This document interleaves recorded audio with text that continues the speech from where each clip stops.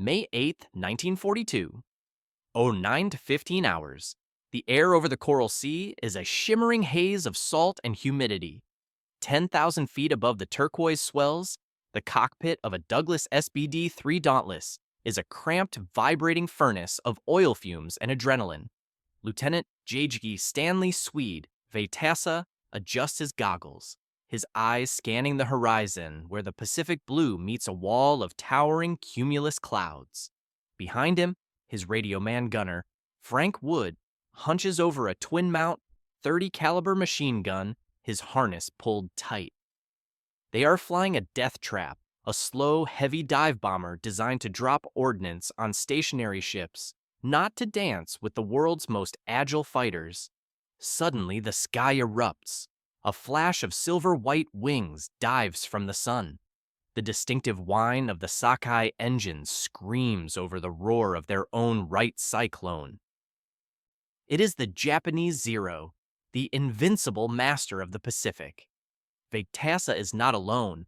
He is surrounded. One SBD against a swarm of 17 enemies. At this moment, physics and doctrine dictate his death. But as the first tracer rounds streak past his canopy, Vetasa doesn't dive for the safety of the waves. He pulls the stick back, kicks the rudder, and does the unthinkable. He turns to fight. By the spring of 1942, the Empire of Japan's rising sun had cast a long, suffocating shadow over the Pacific. Following the devastation at Pearl Harbor, the Japanese military machine moved with a speed and ferocity that seemed unstoppable. Malaya, Singapore, and the Philippines had fallen in rapid succession. The American psyche was reeling, and the U.S. Navy was fighting a desperate holding action with what little remained of its Pacific fleet. The Japanese objective was now clear. Operation MO. The plan was a strategic strangulation. By capturing Port Moresby on the southern coast of New Guinea, the Imperial Japanese Navy, IJN, intended to establish a base that could launch direct airstrikes against northern Australia, effectively cutting the Allied supply lines to the United States. If Port Moresby fell, the entire South Pacific would become a Japanese lake. In early May, intelligence aided by the cryptographic breakthroughs at Station Hypo revealed that a powerful Japanese task force was steaming into the Coral Sea to escort the invasion convoy. The U.S. responded by dispatching its only available assets, the carriers USS Lexington, CV-2, and USS Yorktown, CV-5. This was to be a new kind of warfare. For the first time in naval history, two opposing fleets would engage without ever coming within visual range of one another. The battle would be fought entirely in the air, over hundreds of miles of open ocean. The strategic importance cannot be overstated. The Americans were outmatched in experience and, in many eyes, technology. The Japanese Mitsubishi A6M0 was the undisputed king of the skies, a fighter so maneuverable and fast that Allied pilots were strictly forbidden from engaging it in a turning fight. To face a Zero in anything other than a dedicated interceptor was considered a death sentence. Amidst this clash of titans sat the scouting squadrons. These men were the eyes of the fleet, tasked with flying long-range patrols to find the enemy carriers before the enemy found theirs. They flew the Douglas SBD Dauntless. On the morning of May 8th, as the two carrier groups finally located each other, the sky became a chaotic grid of interceptors, torpedo planes, and bombers. Stanley Swede Vetasa and his fellow scout pilots were supposed to be the secondary players in the supporting cast to the Wildcat fighters. They were never intended to be the front line of defense against an elite fighter sweep. The stage was set for a slaughter. The Japanese Tainan and 3rd Air Groups were composed of combat veterans with hundreds of hours of flight time over China and the Dutch East Indies. They looked at the sluggish, gear-heavy American bombers as a easy meat. As the clouds parted over the Coral Sea, the Japanese pilots saw the American SBDs and banked their Zeros into a predatory dive, certain of a quick victory. They did not realize they were about to encounter a pilot who refused to follow the script of the death trap. To understand why the SBD Dauntless was often referred to as a death trap by those who feared it, and slow but deadly by those who flew it, one must look at the brutal reality of aeronautical engineering in 1942. The Douglas SBD Dauntless was a relic of a transitional era, built around a rugged, low-wing cantilever design. With a distinctive perforated dive brake system, it was never meant for speed. Its top speed hovered around 250 mph, nearly 80 mph slower than the Japanese Zero. In the cockpit, a pilot like Swede Vetasa felt every ounce of the plane's weight. The SBD was built like a tank, featuring an all-metal stressed skin construction that could absorb a staggering amount of punishment. However, that durability came at a cost. It was sluggish in a climb and lacked the engine displacement to outrun an interceptor. In the eyes of an IJN fighter pilot, the SBD was a sitting duck, a clumsy beast burdened by a 1,000-pound bomb and a fixed, non-retractable tail wheel that added constant aerodynamic drag. Yet, the Dauntless possessed a hidden set of teeth. While its primary role was horizontal and dive bombing, it carried two forward-firing 50-caliber Browning machine guns synchronized through the propeller arc. In the rear, a flexible mount held two .30 caliber Brownings, manned by a radio man gunner who sat back-to-back with the pilot. The Japanese Zero, by comparison, was the antithesis of the SBD. It was a glass cannon stripped of armor plating and self-sealing fuel tanks to achieve legendary agility and range.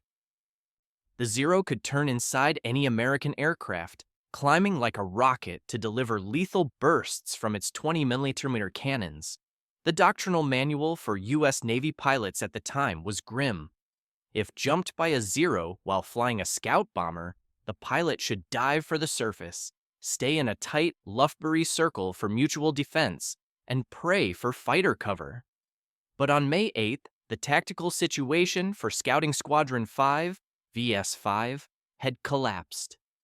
The American fighters, the F-4F Wildcats, were tied up elsewhere, leaving the SBDs exposed. The Japanese pilots of the Zuikaku and Shokaku air groups were not just elite, they were predatory. They practiced a shooting gallery mentality when encountering American bombers. They expected the SBDs to flee or huddle in fear. What they didn't account for was the SBD's incredibly high wing loading and its ability to pull high G maneuvers that would snap the wings off a lighter Japanese plane. The Dauntless was slow, yes, but it was exceptionally stable. In the hands of a pilot who understood energy management, this death trap could be flicked into a sudden, violent skid or a steep bank that no Zero pilot expected from a bomber. Swede Vetasa was about to turn the SBD's perceived weaknesses into a terrifying tactical advantage. Stanley Vetasa was not a typical flyboy.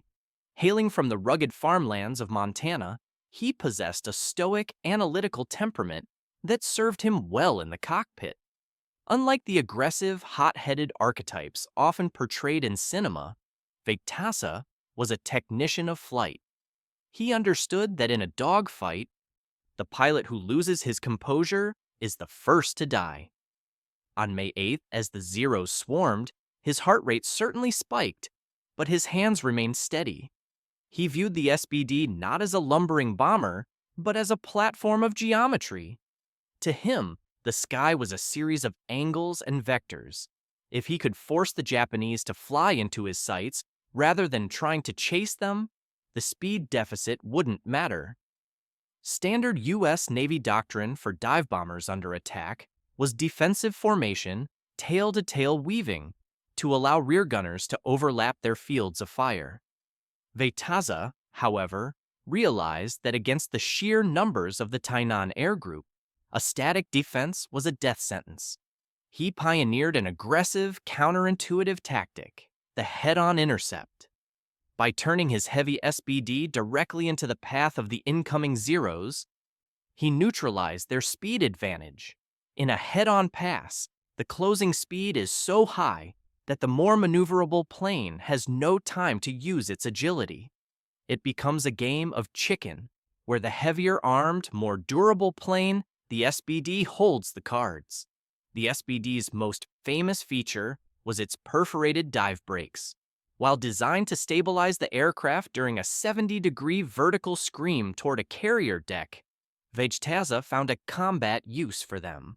By partially deploying the flaps during a horizontal turn, he could suddenly dump his airspeed, causing an overeager Zero pilot to overshoot, sailing harmlessly past the SBD's nose and landing directly in WWII's dual 50 caliber sights.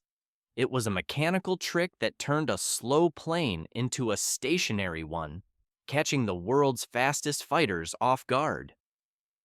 The pilots of the Zuikaku and Shokaku were the elite of the Imperial Japanese Navy. To them, the Bunsho, American bombers, were prey. Their training emphasized the spirit of the attack, an aggressive, offense-oriented philosophy. This created a psychological blind spot. They expected the SBDs to maintain a predictable, fleeing course. When WWII began pulling high-G barrel rolls and snapping his heavy airframe into violent defensive turns, it shattered the Japanese pilots' rhythm. They weren't fighting a bomber, they were fighting a ghost that refused to stay in their gun sights. This overconfidence led them to engage in individual, uncoordinated attacks, allowing WWII to pick them off one by one. While the world remembers the pilot, the survival of the SBD depended equally on the radio man gunner. Frank Wood sat in a seat that offered a panoramic view of his own potential death. As Zeros dived from the 6 o'clock high position, Wood had to remain calm enough to lead his targets with the twin 30 caliber Brownings. The noise was deafening, a mixture of the engine's roar, the wind whipping through the open cockpit, and the rhythmic thud, thud, thud of his own guns. Wood wasn't just a gunner. He was WWII's second set of eyes, calling out, "Brake left," or "Dive now," as tracers stitched the fabric of their wings. WWII wasn't just fighting for his own life. He was a part of a section. In the heat of the 10-minute melee, he saw his comrades falling around him. This wasn't a sterilized exercise in aerial marksmanship. It was a desperate attempt to protect his squadron mates. The moral shift occurred when WWII realized the escorting Wildcats were gone. He stepped into a leadership vacuum, intentionally drawing fire away from the other SBDs. He accepted the role of the bait, trusting his Montana-bred instincts and the structural integrity of his Douglas-built machine to survive the gauntlet. 09:20 hours. The melee begins in earnest. WWII and his wingman, Lieutenant J.G. Leif Larson, are suddenly isolated as a wave of Japanese A6 M20s, the legendary Zeeks, descend like silver hawks from the cloud layer. The sky is no longer an open expanse. It is a claustrophobic web of white smoke trails and deadly geometry. The first Zero commits to a high-side run, its 20mm cannon sparking against the dark sea below. WWII doesn't dive. He watches the silver wings expand in his reflector sight, counting the seconds. At the last possible heartbeat, he kicks the rudder and slams the stick to the side. The SBD, despite its 3 tons of weight, snaps into a violent, shuddering bank. The Zero shells whistle through the empty space where WWII's cockpit had been a second prior. But there is no time for relief. 3 more Zeros are already lining up. WWII realizes the traditional rules of engagement are dead. He is no longer flying a scout bomber, he is flying a weapon of defiance. He shouts to Frank Wood over the intercom to brace as he yanks the SBD into a vertical climb, a move that should be impossible for a death trap. The heavy Wright Cyclone engine screams, straining against gravity. As the SBD loses airspeed at the apex of the climb, the nose drops. Vegetasa finds himself staring directly into the engine cowling of a Zero attempting to follow him up. He squeezes the trigger on the stick. The twin 50 calibers in the nose roar, their heavy slugs tearing through the unarmored magnesium alloy skin of the Japanese fighter. The Zero erupts in a violent orange fireball, the pilot never having imagined a lumbering SBD could reverse its energy so quickly. One down. But the sky is still full of silver wings. The Zeros realize this American isn't running. They converge, abandoning their disciplined formations to swarm the lone SBD. Vegetasa is now at the center of a whirlwind. He begins a series of rolling scissors, a high-stakes game of aerial chicken where he repeatedly crosses the path of his attackers, forcing them to overshoot. Each time a Zero sails past his nose, Vegetasa delivers a short, surgical burst. The SBD's stability, once seen as a lack of maneuverability, now allows him to aim with the precision of a sniper, while his airframe is pelted by machine gun fire. The minutes blur into a frantic high-G nightmare. Between 0925 and 0935 hours, the death trap becomes the apex predator of the Coral Sea. Vegetasa is no longer thinking. He is reacting with the primal clarity of a man who has accepted his death and decided to sell it dearly. A Zero attempts a low-side attack, coming up from the SBD's blind spot. Frank Wood, the silent guardian in the rear, screams over the comms and opens fire. The twin 30 calibers stitch a line across the Zero's wing route. The Japanese pilot flinches, banking away directly into Vegetasa's forward sights. A half-second burst from the 50 calibers sends the fighter spiraling toward the ocean, trailing a thick plume of black oil. Vegetasa then employs the SBD's ultimate trick. He drops his dive brakes while in a steep turn. The sudden deceleration is so violent that it feels like hitting a wall. The two Zeros glued to his tail cannot compensate. They overshoot, their sleek silhouettes blooming large in Vegetasa's windscreen as they slid helplessly in front of his guns. He doesn't waste ammunition. He fires in measured pulses. One Zero loses its tail assembly and tumbles. The second takes a hit to the engine and veers off, smoking heavily. The Japanese are now frantic. They have lost 4 aircraft to a single scout bomber. They abandon their tactical grace and begin head-on runs, the most dangerous form of aerial combat. Vegetasa welcomes it. He knows the SBD's radial engine acts as a massive shield of steel and aluminum, while the Zero's engine is exposed and fragile. In 3 successive passes, Vegetasa holds his course, staring down the glowing muzzles of the Japanese cannons until the very last millisecond. Each time, his 50 caliber rounds find their mark. By the time the final group of Zeros breaks contact, low on fuel and shaken by the ferocity of the encounter, the sky is momentarily empty. Vegetasa's SBD is a sieve. The fabric of the control surfaces is shredded, and the metal skin is pockmarked with 7.7 mm and 20 mm holes. Yet, the slow but deadly lives up to its name. In roughly 10 minutes, Vegetasa has claimed a staggering number of victories. While later historical audits of Japanese records would debate the exact kill count versus damaged or probable results, the immediate tactical reality was undeniable.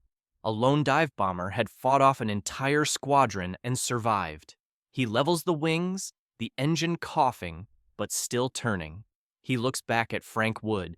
Wood is alive, his hands shaking as he reloads the Brownings. They are alone over a vast, hostile ocean, hundreds of miles from the Yorktown, flying a plane that by all laws of physics should be at the bottom of the sea. The flight back to the USS Yorktown was a grueling test of endurance. The adrenaline that had sustained Vegetasa and Wood during the 10-minute melee had evaporated, replaced by the cold realization of their situation. The SBD's cockpit was a mess of shattered glass and severed wires.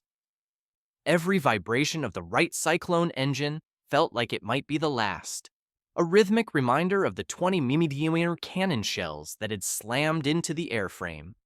Vetasa flew by instinct, nursing the death trap through the humid Pacific air. When the silhouette of the Yorktown finally appeared on the horizon, it was not the sanctuary they had hoped for. The carrier was under heavy attack. The sky around the task force was a forest of black anti-aircraft bursts. Vetasa had to orbit the outskirts of the battle, watching as the Lexington took fatal hits, before he was finally cleared to land. As the SBD's tail hook snagged the third wire and the plane slammed onto the deck, the flight deck crew froze. They didn't see a triumphant hero, they saw a ghost ship. The Dauntless was riddled with over 200 holes. The tail surfaces looked like lace, and the wing root was charred from a near-miss explosion. When Vetasa climbed out of the cockpit, his flight suit soaked in sweat and grime. He didn't boast. He simply reported the contacts and the kills. The debriefing rooms were filled with stunned silence.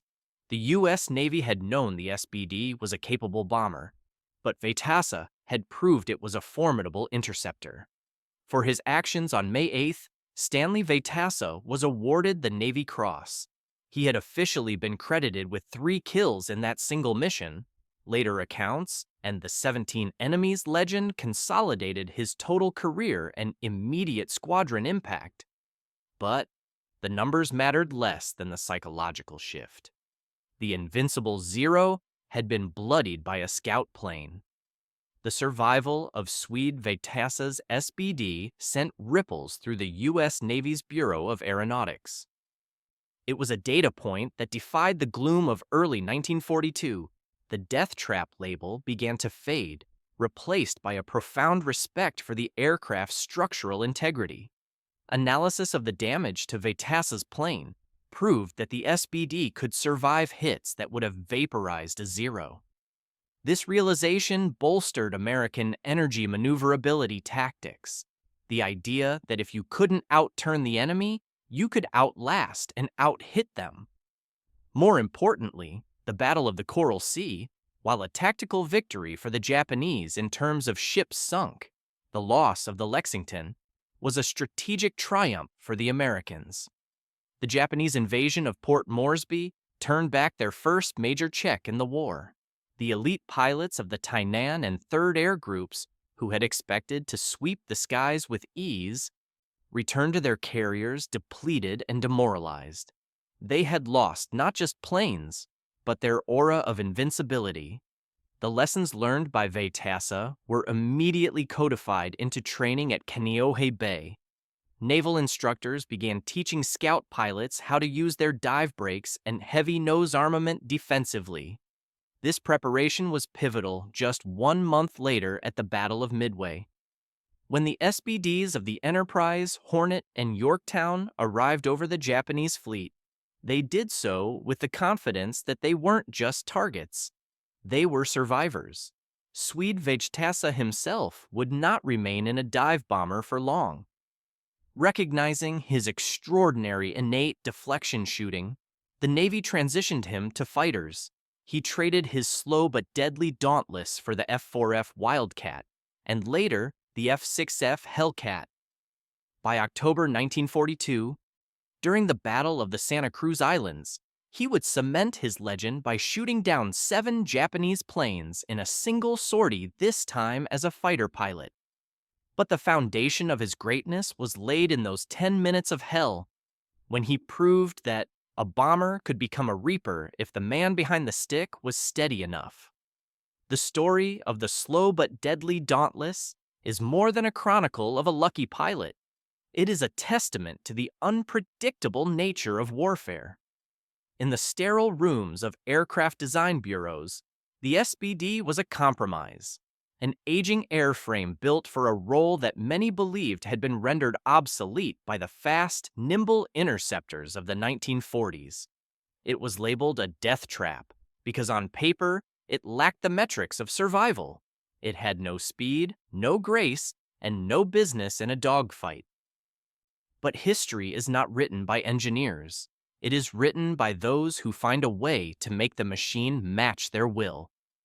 Stanley Swede Vejtasa proved that a weapon's greatest strength isn't always its top speed or its rate of climb. It is the durability of its spirit and the ingenuity of its operator. By turning a scout bomber into a wall of lead and steel, he didn't just survive 10 minutes of hell. He fundamentally altered the American understanding of aerial combat. Today, the SBD Dauntless is remembered as the aircraft that won the Battle of Midway, the dive bomber that broke the back of the Imperial Japanese Navy. Yet, its most profound legacy lies in those smaller, desperate skirmishes over the Coral Sea. It taught the Allies a vital lesson that a sturdy airframe, coupled with a pilot who refuses to follow the rules of his own disadvantage, can overcome the invincible. As we look back at the grainy footage of these perforated wings dipping over the Pacific, we see more than just a relic of World War II. We see the moment where the underdog redefined the fight. The SBD was slow, yes. It was heavy. It was outmatched. But in the hands of a man from Montana who saw the sky as a puzzle of angles, it was exactly what it needed to be. The right tool at the right time in the right hands.